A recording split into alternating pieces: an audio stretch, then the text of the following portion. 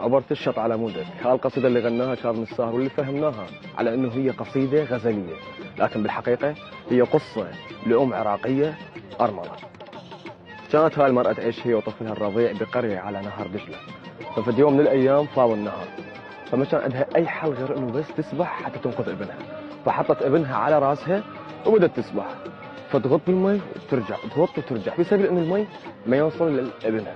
فبشق الانفس يلا قدرت توصل لضفة النهر، وكبر ابنها وعاش وزوجته. ففي يوم من الايام طلبت زوجة الابن انه ابنها يطردها ويخليها بدار العجزة.